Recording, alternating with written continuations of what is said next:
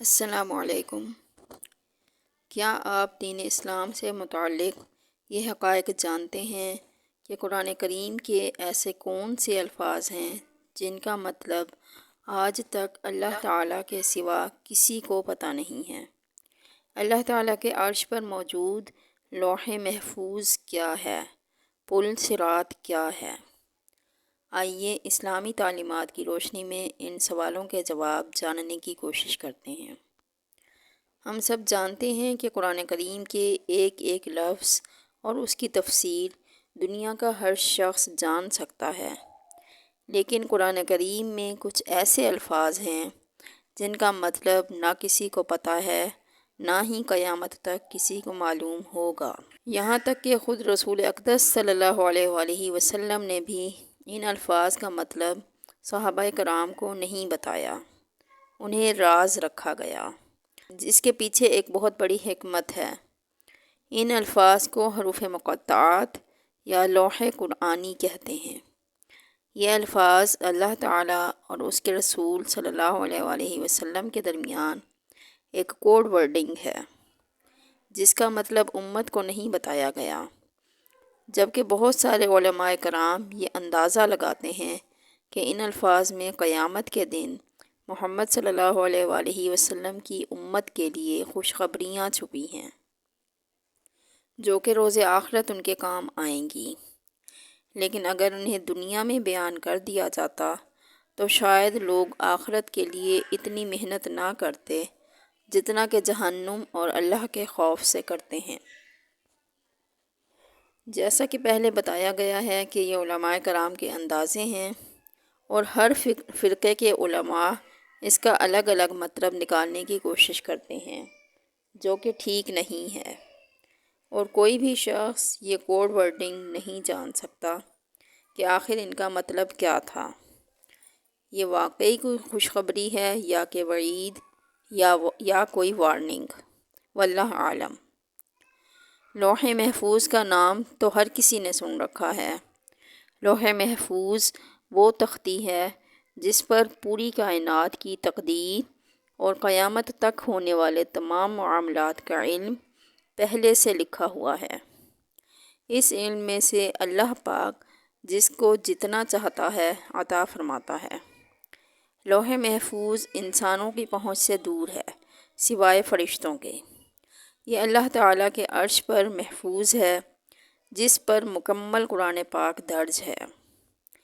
دنیا و کائنات کی کوئی بھی مخلوق نہ اس علم میں سے کچھ چوری کر سکتی ہے، نہ اس کو تبدیل کر سکتی ہے، اور تمام آسمانی کتابیں نازل ہونے سے پہلے اسی لوح محفوظ پر لکھی ہوئی تھیں۔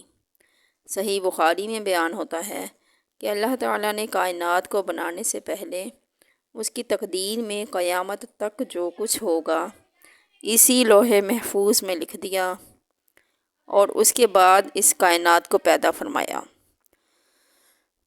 صرف حدیث میں ہی نہیں بلکہ قرآن کریم میں بھی لوح محفوظ کا ذکر موجود ہے، اور سورۃ البروج میں بیان ہوتا ہے کہ یہ بزرگی والا قرآن ہے جو کہ لوح محفوظ میں لکھا ہوا ہے۔ پھر سورہ واقعہ میں بیان ہوتا ہے کہ یہ قرآن عزت والا ہے جو کہ لوح محفوظ میں موجود ہے، اسے صرف پاک فرشتے ہی چھو سکتے ہیں، نہ کوئی انسان، نہ کوئی جن۔ انسانوں کا ہر چھوٹا بڑا عمل اس میں لکھا ہوا ہے، اور لوح محفوظ اللہ کے عرش کے پاس موجود ہے جو کہ سفید موتیوں سے بنا ہے، اور اس کے صفحات سرخ یاقوت کے ہیں۔ اس کے الفاظ اور اس کا قلم نور سے بنا ہوا ہے۔ ایک روایت میں ہے کہ اللہ تعالیٰ ہر روز 360 مرتبہ اس پر نظر فرماتے ہیں، تو کسی کو عزت دیتے ہیں تو کسی کو آزمائش میں ڈالتے ہیں، کسی کو رزق دیتے ہیں تو کسی کو زندگی، اور کسی کے لیے موت کا حکم دیتے ہیں۔ اس کی لمبائی زمین اور آسمان کے برابر ہے، اور چوڑائی مشرق سے مغرب کے برابر۔ یہ اللہ کے عرش کے دائیں طرف بندھی ہوئی ایک فرشتے کی گود میں ہے، جس کا ٹائٹل یہ ہے: اللہ کے سوا کوئی عبادت کے لائق نہیں۔ اس کا دین اسلام ہے، اور محمد صلی اللہ علیہ وآلہ وسلم اس کے بندے اور رسول ہیں۔ جو بھی شخص اللہ پر ایمان لائے گا، اس کی باتوں کو سچا جانے گا، اس کے رسولوں کی اطاعت کرے گا، تو اللہ تعالیٰ اسے جنت میں داخل کرے گا۔ انسان کو اس کے اعمال کے مطابق یا تو جنت میں داخل کیا جائے گا یا جہنم میں، لیکن یہ جنت اور جہنم کا سفر ایک پل کے ذریعے دنیا کے ہر انسان کو طے کرنا ہوگا۔ یہ ایک ایسا بال سے بھی زیادہ باریک اور تلوار سے بھی زیادہ تیز پل ہوگا جو کہ جہنم کے اوپر ہوگا، اور اسے پار کرتے ہی سامنے جنت کا دروازہ ہوگا۔ کہا جاتا ہے کہ اس پل کی لمبائی تقریباً کئی ہزار سال کی مسافت کے برابر ہوگی۔ گنہگار لوگ اس کی شدت سے کٹ کٹ کر نیچے جہنم میں گر رہے ہوں گے، اور جنتی لوگ بجلی کی سی تیزی سے اسے پار کریں گے۔ کچھ لوگ اپنے اعمال کی وجہ سے آہستہ آہستہ چل کر، تو کچھ لوگ رینگ رینگ کر بہت ہی تکلیف سے چل رہے ہوں گے۔ پل صراط کے دوسری طرف محمد مصطفیٰ صلی اللہ علیہ وآلہ وسلم جنت میں جانے کی بجائے سجدے میں جا کر اپنی امت کے لیے دعا کر رہے ہوں گے کہ اے اللہ میری امت، اے اللہ میری امت، اے اللہ میری امت کی خیر فرما۔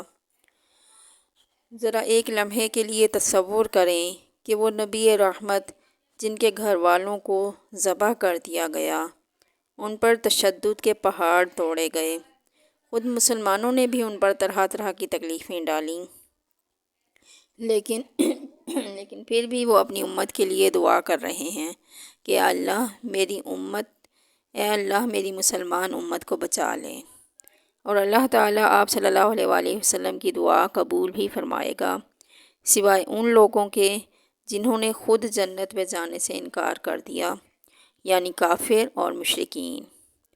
حضرت ابو سعید خدری رضی اللہ عنہ سے روایت ہے کہ ہم صحابہ رسول اللہ صلی اللہ علیہ وآلہ وسلم کی خدمت میں حاضر ہو کر سوال کرتے ہیں کہ اے اللہ کے رسول، یہ پل صراط کیا ہے؟ آپ صلی اللہ علیہ وآلہ وسلم نے فرمایا، یہ پھسلن والا پل ہے جس پر لوہے کے کانٹے اور کانٹے دار بیج ہیں، جو کہ ایک طرف سے چوڑا اور دوسری طرف سے تنگ ہے، اس کے سروں پر جھکے ہوئے کانٹے ہیں۔ رسول اللہ صلی اللہ علیہ وآلہ وسلم کی ان کانٹوں سے مراد وہ کانٹے تھے جو عرب کے صحراؤں میں آج بھی موجود ہیں۔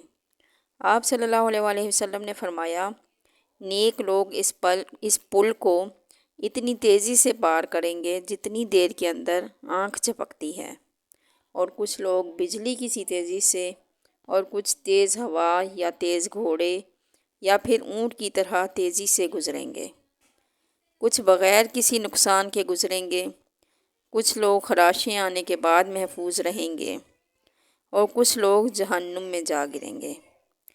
آخری شخص اس پل پر گھسیٹ گھسیٹ کر گزرے گا۔ اب یہاں ایک انتہائی اہم سوال پیدا ہوتا ہے کہ کیا خود رسول پاک صلی اللہ علیہ وآلہ وسلم بھی اس پل صراط کو پار کر کے جنت کے دروازے پر پہنچے ہوں گے، اور کیا تمام انبیاء کرام کو بھی اسے ایسے ہی پار کرنا پڑے گا؟ اس کا جواب ہے کہ نہیں، کیونکہ ایک حدیث مبارکہ میں بیان ہوتا ہے کہ اللہ کے رسول صلی اللہ علیہ وآلہ وسلم نے فرمایا کہ اللہ تعالیٰ 4 لاکھ لوگوں کو میری امت میں سے بغیر حساب کے جنت میں داخل فرمائیں گے۔ اس حدیث مبارکہ سے یہ ظاہر ہوتا ہے کہ رسول پاک صلی اللہ علیہ وآلہ وسلم اور آپ صلی اللہ علیہ وآلہ وسلم کی امت کے تمام شہداء، اہل بیت، آپ کی تمام بیویاں اور اللہ کے نیک بندے ان 4 لاکھ لوگوں میں شامل ہوں گے، جنہیں بنا کسی امتحان کے اس پل صراط سے گزار کر جنت کے دروازے تک پہنچا دیا جائے گا۔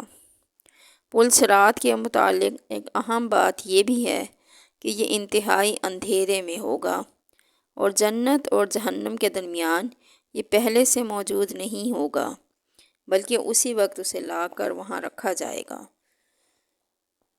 جہنمی لوگ اپنے رشتہ داروں کو اپنے سامنے کٹ کٹ کر چیختے چلاتے انہیں جہنم میں گرتا دیکھ رہے ہوں گے، مگر کسی کو بھی کسی دوسرے کی پرواہ نہیں ہوگی سوائے اپنی جان بچانے کے۔ روایت میں ہے کہ ایک دن حضرت عائشہ رضی اللہ عنہا قیامت کو یاد کر کے رونے لگیں تو رسول پاک صلی اللہ علیہ وآلہ وسلم نے ان سے پوچھا، عائشہ کیا بات ہے؟ حضرت عائشہ رضی اللہ عنہا نے فرمایا کہ مجھے قیامت یاد آ گئی۔ یا رسول اللہ صلی اللہ علیہ وآلہ وسلم، کیا ہم وہاں اپنے والدین کو یاد رکھیں گے؟ کیا ہم وہاں اپنے پیارے لوگوں کو یاد رکھیں گے؟ تو آپ صلی اللہ علیہ وآلہ وسلم نے فرمایا کہ ہاں، یاد رکھیں گے، لیکن وہاں 3 مقامات ایسے ہوں گے جہاں کوئی کسی کو یاد نہیں رکھے گا۔ نمبر 1، جب کسی کے نامہ اعمال تولے جائیں گے۔ نمبر 2، جب نامہ اعمال ہاتھوں میں دیے جائیں گے۔ اور نمبر 3، جب لوگ پل صراط پر ہوں گے۔ یا اللہ، ہمیں بھی ان خوش نصیب لوگوں میں شامل فرمانا جو پل صراط کو آسانی سے پار کریں گے۔ اللہ پاک ہمیں نیک اعمال کی توفیق عطا فرمائے، آمین۔